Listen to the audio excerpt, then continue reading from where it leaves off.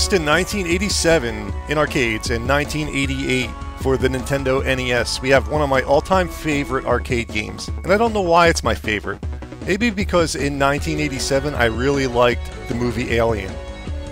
We have Xenophobe. This is ported by Sunsoft for the NES.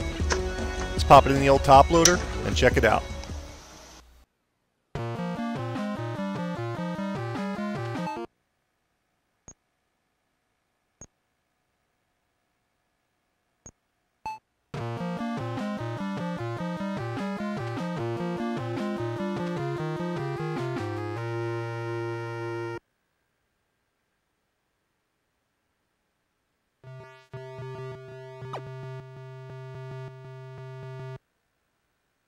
Okay, now one of the really cool parts about playing Xenophobe in the arcade was the fact that you could play 3 players simultaneously.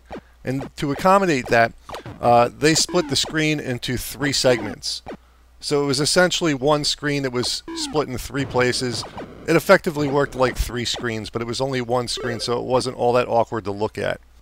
And what this meant was that if you were playing simultaneous gameplay, the 2 or 3 players playing did not have to stay on the same screen like in previously made simultaneous gameplay arcade games. You could wander off to a different room and explore elsewhere in the space station, which was a really cool concept at the time. Now, although the NES version of this game strived to be as close to the arcade as they could get it, it's not quite there. In fact, you can only play 2 players simultaneously on the NES version. Now, there are also a couple of other features that were in the arcade that aren't available on the NES version. Namely, your character selection. In the arcade, you could select between 9 different characters. In the NES version, there's only 3 to select from. And although it's been a while since I played the arcade version, I seem to remember being able to aim in 3 general directions: straight ahead, diagonally up, and diagonally down when you shoot your gun. This doesn't seem to be the case on the NES version. You can either shoot straight ahead or crouch and shoot straight ahead. So it makes shooting enemies that are not quite at either of those levels difficult. And the other thing I seem to remember about the arcade version was a heck of a lot more weapons to be able to pick up and use. In the Nintendo version, I've only come across really one other gun than the one you start with, which seemed kind of lame to me. I seem to remember that was part of the fun of playing Xenophobe, was being able to pick up all different kinds of crazy weapons.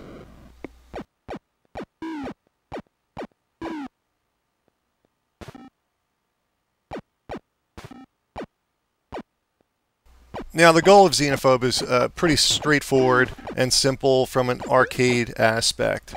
You roam around these space stations, just destroying aliens. And after you shoot so many aliens and last so long in the space station, you eventually warp out of there back to your mothership, and then you proceed to the next level. You do have a health gauge in this game, and that's represented by a string of numbers. Full health is 1,000. In the arcade version, you simply dropped in another quarter to get more health.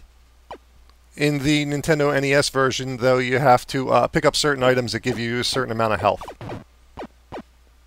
And that's basically it. The controls are also pretty straightforward, although a little bit awkward. You use the D-pad to move around. If you want to duck or jump, it's the same button, except for you have to press it down to duck when you press the button, and that would be the B button. And A shoots, or maybe I have that backwards. Either way. I believe it's the B button, is more like an action button. You use it to jump, duck, and activate buttons and switches. And that's more or less it.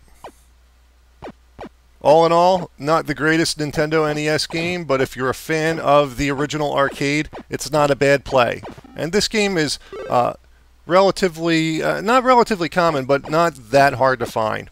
And when you do find it, you can pick it up for only a couple of bucks. I do have it available at my online video game store. I'll leave a link in the description box if you'd care to purchase it. I'm Dommy from Classic Games Revisited. Until next time.